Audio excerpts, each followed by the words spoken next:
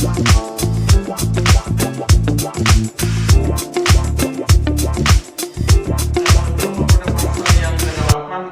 yang ke-29 dan kemudian ayat yang ke-30, saya harap bahwa semua bisa lihat. Dan kalau memang tidak bawa Alkitab, tetap lihat saja di layar di depan Bapak Ibu. Dan tolong kalau memangnya ada tab, ada HP, boleh buka, tapi jangan ambil kesempatan sementara saya khotbah dan saudara chatting ya, berdosa saudara. Kalau sampai ada di dalam rumah Tuhan, saudara bisa chatting, saudara bisa segala rupa macam, itu berarti di luar saudara lebih parah lagi. Karena dalam rumah Tuhan tidak takut Tuhan, bisa chat dan sebagainya. Roma pasal yang ke-8 ayat yang ke-29, mari sama-sama kita baca. Bisa bangkit berdiri, masih pagi dong, lutut masih kuat. 1, 2, 3. Sebab semua yang dipilihnya dari semula, mereka juga ditentukannya dari semula untuk menjadi serupa dengan gambaran anaknya, supaya ia, anaknya itu, menjadi yang sulung di antara banyak saudara. Ayat yang ke-30.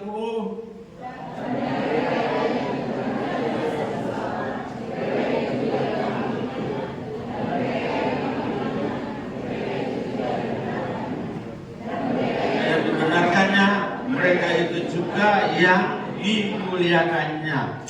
Puji Tuhan. Silakan duduk Bapak Ibu Saudara. Haleluya.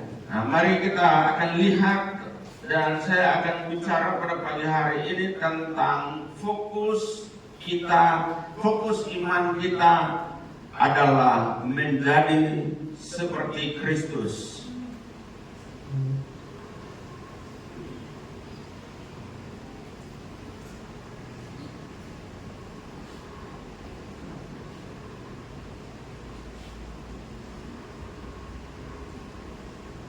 Fokus iman kita adalah menjadi sama seperti Kristus. Nah, Bapak Ibu Saudara yang dikasih di dalam Tuhan kita Yesus Kristus. Nah, untuk memahami maksud Tuhan, untuk mengerti rencana Tuhan dalam kehidupan kita, maka kita tidak bisa memahaminya dengan pikiran kita yang mungkin tidak sampai setengah giga, atau mungkin di bawah setengah giga juga. Nah, artinya bahwa pemahaman kita, pengertian kita, apapun kepandaian dan kepintaran saya dan saudara, kita tidak bisa memahami firman Tuhan dengan pikiran kita, dengan akal kita, dengan logika kita. Sebab pada prinsipnya manusia tidak bisa mengerti maksud Tuhan dalam kehidupannya. Nah, oleh sebab itu Bapak Ibu, supaya kita dapat memahami atau mengikuti apa maksud Tuhan dalam kehidupan kita, maka kita harus memahami kehendak Tuhan, mengerti rencana Tuhan dalam kehidupan kita adalah kita memberikan hati kita, kita membawa hati kita, kita mempersembahkan hati kita untuk Tuhan. Nah, Bapak Ibu Saudara yang dikasih di dalam Tuhan kita Yesus Kristus, untuk itu saya ingin bilang dalam permulaan ini, kalau kita mau datang di gereja, kalau kita mau datang dalam ibadah, tinggalkanlah pikiran saudara, tinggalkanlah logikamu, tinggalkanlah akalmu, datanglah dengan hatimu di dalam rumah Tuhan. Datanglah dengan hatimu di dalam rumah Tuhan, memuji Tuhan dengan hatimu, mendengar firman Tuhan dengan hatimu. Karena memang kita tidak bisa memahami maksud Tuhan, tidak bisa mengerti rencana Tuhan. Nah, jangan sampai kita berpikir begini, wah, harus menyampaikan firman Tuhan itu yang logika lah, yang harus dapat dipahami lah. Apa sih kalau sampai tidak bisa dipahami, khotbahnya apa saja? Ya memang kalau mau mengerti firman dengan logika saudara, memang akan menjadi kesulitan.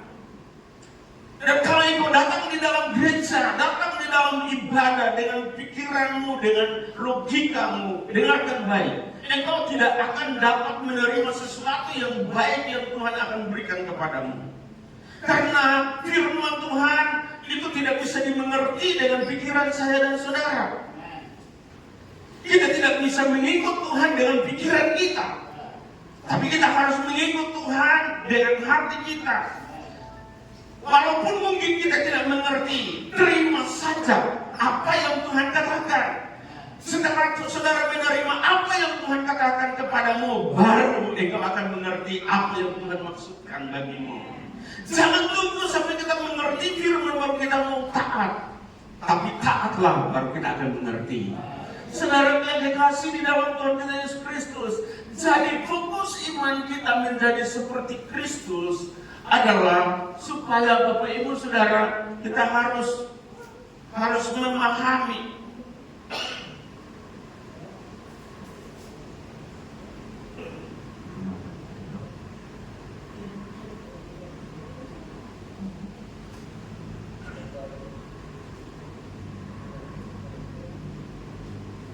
ya. Jadi kita harus memahami bahwa bagaimana supaya kita dapat memahami tujuan Allah dalam kehidupan kita. Dari iman bukan hanya berkait dengan doa-doa kita. Jangan sampai pikiran kita cuma sempit. Kita berpikir bahwa kita bicara iman berarti kita bicara doa, jawaban-jawaban doa yang kita akan terima. Kerinduan-kerinduan yang kita rindukan yang Tuhan akan kabulkan. Bukan itu, bukan sebatas itu. Walaupun, dengarkan baik, walaupun itu kita butuhkan, tapi bukan itu tujuan utamanya. Tujuan utamanya adalah bagaimana adalah kita supaya pada akhirnya menjadi sama seperti Kristus atau serupa dengan Kristus. Bagaimana proses untuk menjadi serupa dengan Kristus? Ayat 30 tadi. Dan mereka yang ditentukannya dari semula, mereka itu juga dipanggilnya. Dan mereka yang dipanggilnya, mereka itu juga dibenarkannya. Dan mereka yang dibenarkannya, mereka itu juga dimuliakannya. Mungkin sepintas kita dengar pembacaan ini tumpang tindih kata-kata, dan kita tidak bisa memahami apa yang Tuhan maksudkan bagi saya dan saudara. Tapi kalau kita memahami dengan benar, maksudnya kita mau taat saja, kita memberikan hati kita, dipimpin, dituntun oleh Roh Kudus, maka pada akhirnya kita akan memahami bahwa hal yang pertama adalah supaya kita mengikuti, mengerti tujuan Tuhan, proses Tuhan dalam iman kita adalah apa? Dipanggil oleh Tuhan. Siapa di antara kita? Berapa banyak orang di antara kita yakin bahwa saudara ada di sini karena saudara dipanggil oleh Tuhan? Kalau saudara yakini itu di dalam dirimu, bahwa saudara ada di sini untuk saudara dipanggil oleh Tuhan, berarti saudara, Tuhan ingin supaya saudara tetap di sini untuk bertumbuh di sini, berakar di sini, bertumbuh di sini dan berbuah di sini. Selama saudara tidak akan menetap tertanam, saudara tidak akan bisa bertumbuh. Orang yang bagaikan kutu lompat, salah saya. Dia ronda. Itu bisikan apa juga? Maksudnya hari ini masuk gereja, esok tidak, minggu depan pergi gereja lain, minggu depan lagi tidur sebentar, dan itu suka minggu depan lagi. Bagaimana mereka bisa memperoleh pertumbuhan iman? Bagaimana mereka bisa berakar di dalam Tuhan?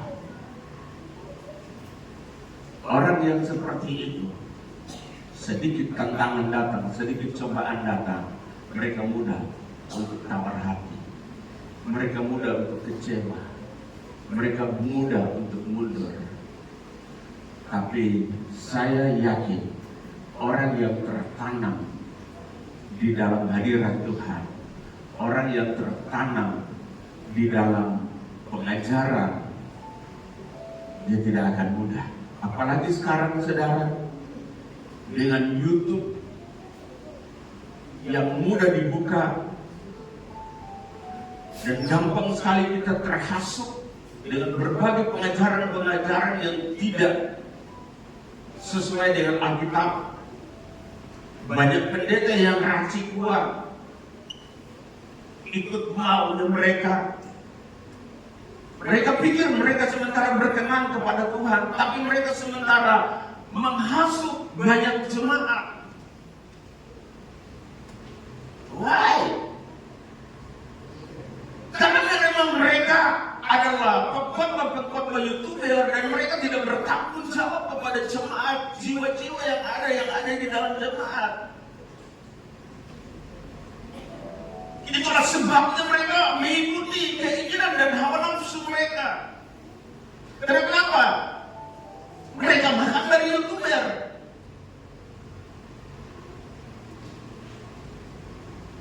Mereka hidup dari follower mereka. Mereka tidak bertanggung jawab dengan jiwa, saudara. Saya anjurkan kepada saudara, bolehlah buka YouTube, bolehlah.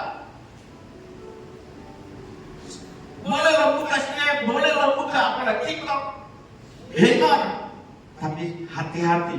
Saudara harus punya filter yang baik. Kalau saudara tidak punya filter atau tidak punya saringan, saudara mudah terbawa dan gampang. Karena Alkitab berkata, akhir zaman pengajar-pengajar sesat akan semakin banyak. Dan disitulah kita semakin dipuji. Saudara, dan itulah sebabnya mari kita harus menyadari, kita harus meyakini diri bahwa kita dipanggil oleh Tuhan. Bukan karena kita yang punya ide untuk mengambil inisiatif, untuk memilih serta mengikut Tuhan. Tetapi Tuhanlah yang punya ide, Tuhanlah yang punya inisiatif untuk memilih saya dan saudara. Harus pahami ini dengan benar. Bahkan Alkitab berkata, selama kita masih ada di dalam kandungan ibu kita pun, Tuhan telah memilih kita, Tuhan telah menetapkan kita untuk menjadi umat-Nya.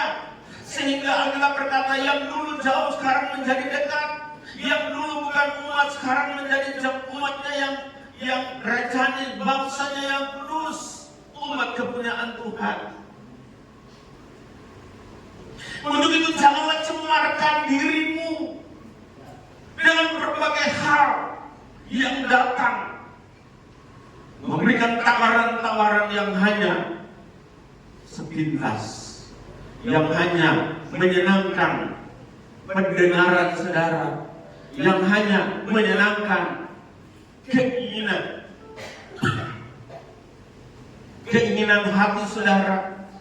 Karena memang hari-hari ini banyak jemaat lebih suka, lebih senang mendengar khotbah-khotbah hahaha. Tidak mau khotbah yang menegur, tidak mau mendengar khotbah yang mengajar, tidak mau mendengar khotbah yang menasihati. Kemana arah mereka akan melangkah?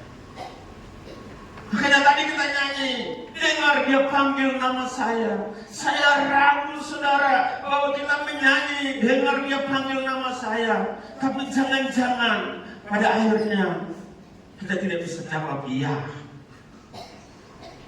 Karena nama kita tidak ada. Halo, pahamlah ini saudara. Jangan sampai kita cuma ada di bangku gereja. Jangan sampai kita cuma ada di dalam satu nama, di dalam satu jemaat. Tapi nama kita tidak ada di surga. Haleluya. Lebih baiklah saya berdoa supaya kita semua punya nama di surga. Supaya waktu Tuhan panggil, kita akan jawab ya, ya. Untuk itu butuhkan kepekaan telinga saudara untuk mendengar suara Tuhan. Sekali lagi, jangan dengan otak, tapi dengan hati. Karena Tuhan panggil nama saudara dan saya, bukan saudara dengar dengan otak saudara, tapi dengar dari hati, suara kecil di hati saudara. Tapi harus juga, saudara harus sensitif untuk mendengar dan membedakan mana suara Tuhan dan mana suara hantu. Karena Petrus juga ketika Tuhan datang di tengah laut yang sementara bergelombang, Petrus tanya, engkau ke Tuhan atau hantu? Petrus yang setiap saat dengan Yesus, juga dalam situasi tertentu dia bingung. Dia bilang, engkau Tuhan atau hantu? Apalagi saya dan saudara yang tidak bergaul dengan Tuhan secara fisik, cuma dengar, syukur-syukur kalau dengar khotbah dengan baik dan benar. Buka hati buat Tuhan, Roh Kudus meneguhkan itu di hatimu, maka saudara bilang, ini suara Tuhan. Ketika saudara tidur, ketika saudara jalan, ketika saudara sibuk apapun, Tuhan memanggil saudara, Tuhan menegur saudara, saudara akan tahu persis, ini suara Bapakku. Ketika saudara ada di dalam berbagai tekanan dan kesulitan kehidupan, dan ketika engkau berseru kepada Tuhan, Alkitab juga berkata, domba-dombaku mengenal suara gembalanya. Tapi adakah kita mengenal dengan baik suara Tuhan? Saya berdoa supaya kita memiliki kepekaan hati, kepekaan telinga untuk mendengar suara Tuhan. Kita juga memiliki kepekaan pandangan untuk melihat zaman dan waktu. Saudara yang dikasih di dalam Tuhan kita Yesus Kristus, jadi kita dipilih oleh Tuhan dengan inisiatif Tuhan sendiri. Kita dipanggil oleh Tuhan dengan inisiatif Tuhan sendiri untuk menjadikan kita menjadi umatnya sebelum dunia dijadikan.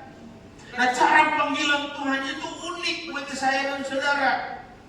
Ada yang mendengar firman Tuhan, dia merasa inilah saatnya dia menyerahkan dirinya kepada Tuhan. Tapi juga ada yang dipanggil lewat sakit penyakit, lewat berbagai penderitaan, lewat berbagai tekanan kehidupan. Tinggal seperti apakah kita sadari, tinggal bagaimanakah kita mengerti inilah waktu Tuhan bagi kita. Untuk kita harus datang kepada Tuhan, menyerahkan hidup kita, menyerahkan diri kita kepada Tuhan.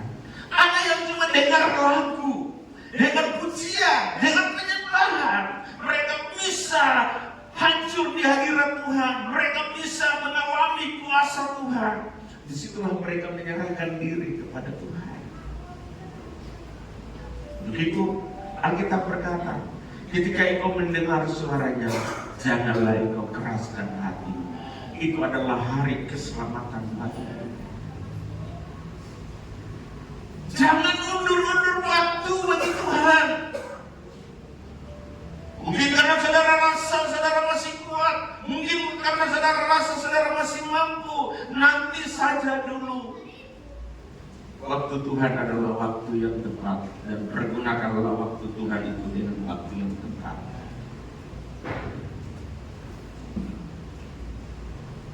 Sehingga kita tidak akan kehilangan momennya Tuhan. Kita tidak akan kehilangan momennya Tuhan dalam kehidupan kita. Fokus iman kita adalah menjadi serupa dengan Kristus. Prosesnya bagaimana supaya kita menjadi serupa dengan Dia adalah yang pertama, dipanggil oleh Tuhan. Yang kedua, dibenarkan Haleluya. Jangan cuma bangga bahwa saudara dipanggil, tapi saudara juga harus tahu saudara dibenarkan. Dan ada pujiannya, kita dipanggil dan dari segala bangsa kita dipilih jadi umatnya. Bukan sekedar pujian, itu adalah ungkapan daripada firman Tuhan. Makanya sekali lagi saya ulangi, kalau ketika saudara menyembah Tuhan, ketika saudara memuji Tuhan, jangan hanya sekedar nyanyi, tapi harus hayati kata-kata pujian itu.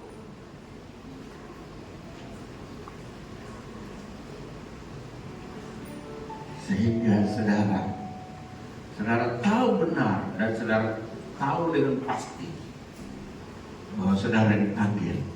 Tapi tidak cukup sampai saudara dipanggil, saudara harus tahu bagaimana saudara dibenarkan. Memang kita semua adalah orang berdosa. Tidak ada seorang pun yang benar di antara kita.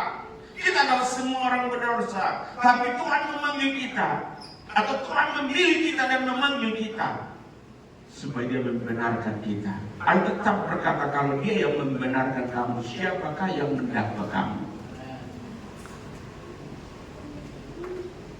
Kalau Dia yang membenarkan kamu, siapakah yang mendakwa kamu? Siapakah yang menuduh kamu? Yang penting saudara tahu persis, dan saudara dapat hidup dalam kebenaran Tuhan. Kita dipanggil di dalam dosa, dan itu berarti bahwa kita jauh dari Allah. Dan dengan kata lain, bahwa hukuman semakin dekat dengan kehidupan kita. Tapi haleluya, ketika kita dipanggil oleh Tuhan, maka kita dibenarkan, kita dilepaskan dari hukuman maut. Kita dilepaskan dari berbagai ikatan-ikatan yang mengikat kehidupan kita. Kita dimerdekakan. Itulah sebabnya Alkitab berkata, jika anak itu memerdekakan kamu, maka kamu pun benar-benar merdeka. Kita tidak bisa cuman datang gereja dengan otak kita lalu kita bilang kita sudah merdeka. Kita tidak bisa datang di gereja dengan logika kita lalu kita bilang kita dipanggil, kita dibenarkan, lalu kita sudah merdeka. Nahi. Omong kosong.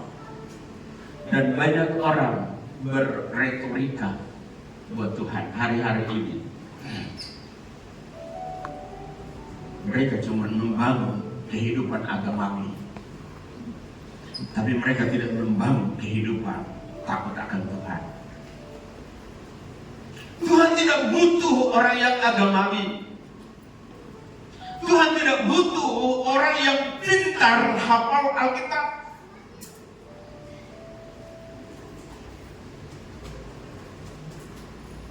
Tuhan tidak butuh. Lebih baik kita tidak tahu Alkitab tapi hidup dalam kebenaran, daripada kita pintar Alkitab, kita cuma pakai untuk menjadi pember, ya betul, tameng buat kita, pengalaman dari orang lain. Lah kalau sudah begitu rasa susah bisa lain, Tuhan berkati ayat Tuhan. Itu nampung kerja karena susah bisa, itu emosi namanya.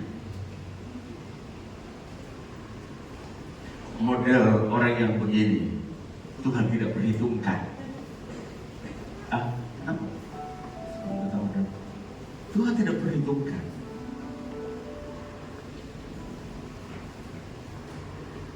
Tapi Tuhan lihat hati yang mau terbuka dan berserah di hadapan Tuhan, yang selalu mau menuruti keinginan Tuhan.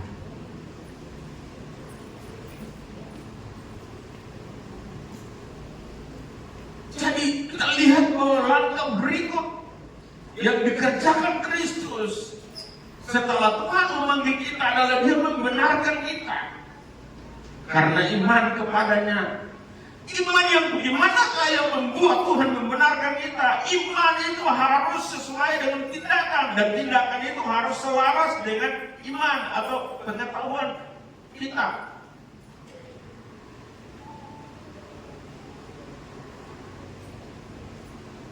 Baru Tuhan akan memperhitungkan.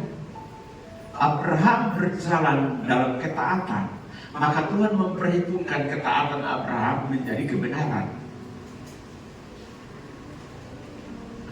Bukan Abraham berjalan dalam pengetahuannya, lalu Tuhan memperhitungkannya menjadi kebenaran. Tapi Abraham berjalan dalam ketaatannya, dan Tuhan memperhitungkan ketaatan itu menjadi kebenaran bagi dia. Jemaat GFH mau diperhitungkan Tuhan, mau dibenarkan Tuhan, berjalanlah dalam ketaatan, berjalanlah dalam kasih, berjalanlah dalam cinta Tuhan. Jangan ketemu munafik di hadapan Tuhan. Walaupun tidak ada orang yang munafik di sini, tapi saya harus bilang, jangan ketemu munafik.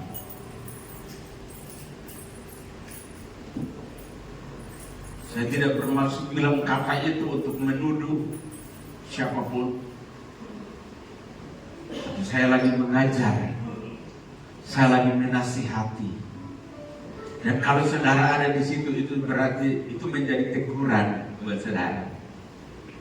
Mari berbaliklah, kembalilah buat Tuhan, maka Dia akan kembali kepadamu. Karena yang membuat tangan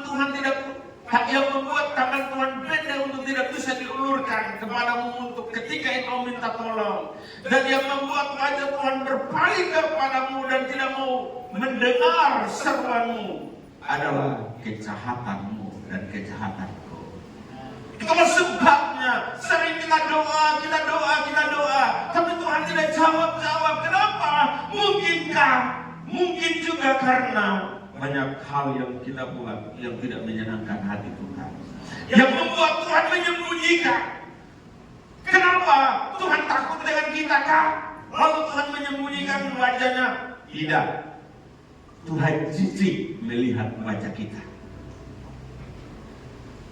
Saudara yang dikasih di dalam Tuhan kita Yesus Kristus, untuk itu mau menjadi jemaat, jadilah jemaat yang baik. Jadi jemaat yang taat dan takut akan Tuhan. Kalau menjadi pelayan, jadilah pelayan yang baik, yang taat dan takut akan Tuhan. Jadi pendeta, jadilah pendeta yang baik, yang takut akan Tuhan, supaya kita semua berkenan di hati Tuhan. Jabatan organisasi, jabatan pelayanan apapun tidak akan pernah menjamin kita untuk masuk surga. Cuman kalau kita mau hidup dalam kebenaran Allah, itu adalah garansi bagi saya dan saudara. Itu adalah tiket bagi saya dan saudara untuk kita bisa bertemu Bapa di surga. Haleluya. Berapa banyakkah di antara kita yang rindu bertemu dengan Bapa di surga? Banyak yang ragu-ragu. Tapi jangan sekarang ya, jangan dulu. Tapi kalau ada yang semua pergi, silakan. Lagi masih setia, lebih baik supaya ketemu Bapa toh, daripada mau hidup lama tapi saya setia.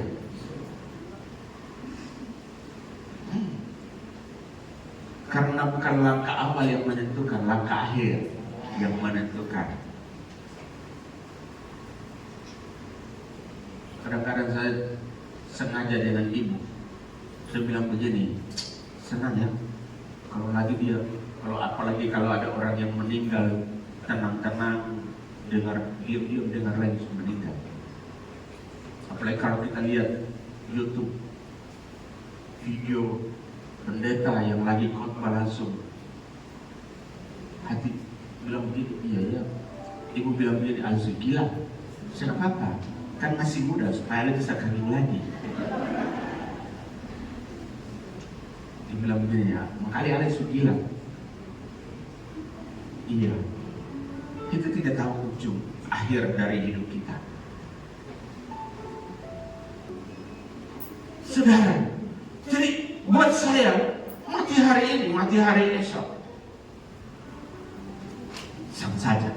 Yang penting lagi berkenan di hati Tuhan. Kita tidak tahu dan kita tidak mengerti langkah-langkah kita hari esok. Apakah hari esok kita masih bisa tetap setia seperti hari ini? Apakah tahun depan kita masih bisa tekun seperti hari ini? Ya, untuk itu marilah kita harus tetap tekun. Kita harus tetap setia ada di dalam kebenaran Tuhan, supaya Roh Kudus akan menjadi saksi bagi kita bahwa kita adalah benar anak-anak Tuhan, anak-anak yang dibenarkan oleh Allah, disaksikan oleh Roh Kudus di dalam kehidupan saya dan saudara. Sehingga soal mati itu nanti urusan Tuhan, tapi yang penting kita setia, supaya ketika kita dengar dia panggil nama saya, kita jawab ya, ya. Haleluya. Saudara yang dikasih di dalam Tuhan kita Yesus Kristus, fokus iman kita menjadi serupa dengan Kristus. Bagaimana prosesnya? Bukan cuma dipanggil, tapi juga harus dibenarkan. Dan yang ketiga adalah dimuliakan. Dimuliakan adalah ketika kita bertemu dengan Tuhan. Alkitab berkata bahwa hari ini kita mengaku bahwa kita adalah anak-anak Allah, tapi belum nyata. Ketika kelak nanti kita bertemu muka dengan Dia, baru akan nyata bahwa kita adalah anak-anaknya. Bapak Ibu Saudara yang dikasih, itulah sebabnya Tuhan tahu rencananya dalam kehidupan saya dan saudara. Tuhan mengerti maksudnya yang indah di dalam kehidupan kita. Apakah saudara mengerti? Apakah saudara tahu bahwa semut itu mengerti saudara? Semut tidak akan pernah mau mengerti saudara, dan saudara pun tidak akan pernah bisa mengerti maksud semut. Saudara bisa mengerti maksud saudara, saudara pun tidak bisa mengerti apa maksud saya. Tapi Tuhan berkata, Dia tahu rencananya. Setelah engkau masih dalam kandungan ibumu, Dia telah memilih dan memanggil engkau. Karena Dia mengetahui rencangan-rencangan apa yang ada pada dirinya mengenai kamu. Haleluya. Untuk itulah Bapak Ibu Saudara yang dikasih di dalam Tuhan kita Yesus Kristus, nantikanlah saatnya untuk engkau dimuliakan. Kita sudah bisa tahu kita dipanggil, kita dipilih dan dipanggil, ditetapkan dan dibenarkan. Tapi kalau semua sampai di situ juga bikin apa saudara? Semuanya berakhir di pintu kubur, seolah tidak ada kehidupan ketemu lagi dengan Dia. Saudara tidak dapat menerima kemuliaan itu. Tuhan tidak memberikan kemuliaannya kepada yang lain, tapi Tuhan memberikan kemuliaannya kepada kau, kepada saudara, kepada kita semua. Untuk itulah Bapak Ibu Saudara yang dikasih, marilah tinggal di dalam proses ini, sehingga saudara dimuliakan pada waktunya. Kemuliaan yang diberikan Kristus bersumber dari Bapa, pemilik segala kemuliaan. Kemuliaan yang bukan berasal dari kefanaan atau dari dunia yang sementara. Karena kita berkata apa yang ada di dalam dunia hanyalah bersifat sementara. Apa yang diberikan dunia hanyalah sementara. Tapi apa yang diberikan oleh Bapa bagi kita adalah kekal adanya. Untuk itulah pertahankanlah itu yang saudara sudah miliki. Jangan sampai diambil daripadamu. Dan jika itu belum ada, Mari datanglah kepada Dia, ambillah itu, karena itulah diperuntukkan bagi saudara dan saya. Betapa karyanya bagi kita, betapa hebatnya karyanya bagi kita adalah karya yang utuh dan yang sempurna. Tujuan dari kemuliaan itu adalah agar kita bisa menyebarluaskan kemuliaan itu lagi kepada yang lain. Nah, jika saudara telah menjadi orang yang dipilih dan ditetapkan, janganlah berpangku tangan, tapi kabarkanlah itu juga kepada keluargamu. Kabarkanlah itu juga bagi tetangga, sahabat, dan kenalanmu. Kabarkanlah, dan biarlah mereka pun mengalami kasih karunia Tuhan. Mereka pun mengalami kemurahan kasih Allah dalam hidup mereka, dan biarlah mereka dibenarkan supaya kita bersama-sama dimuliakan pada harinya. Bapa yang ada di dalam surga, datanglah kerajaan-Mu dan kehendak-Mu jadi bagi kami semua yang ada pada ruangan ini ya Tuhan, supaya kami memahami dan kami mengerti. Kami dipanggil oleh-Mu, kami dipilih oleh-Mu, kami dibenarkan dan kami ditetapkan untuk menerima kemuliaan itu ya Tuhan. Dan kemuliaan-Mu itu tidak diberikan kepada yang lain. Kemuliaan-Mu itu tidak diberikan kepada ciptaan yang lain, tapi kemuliaan-Mu itu diberikan kepada manusia. Tetapi bukan semua manusia, hanya kepada orang-orang yang mendengar panggilan-Mu ya Tuhan.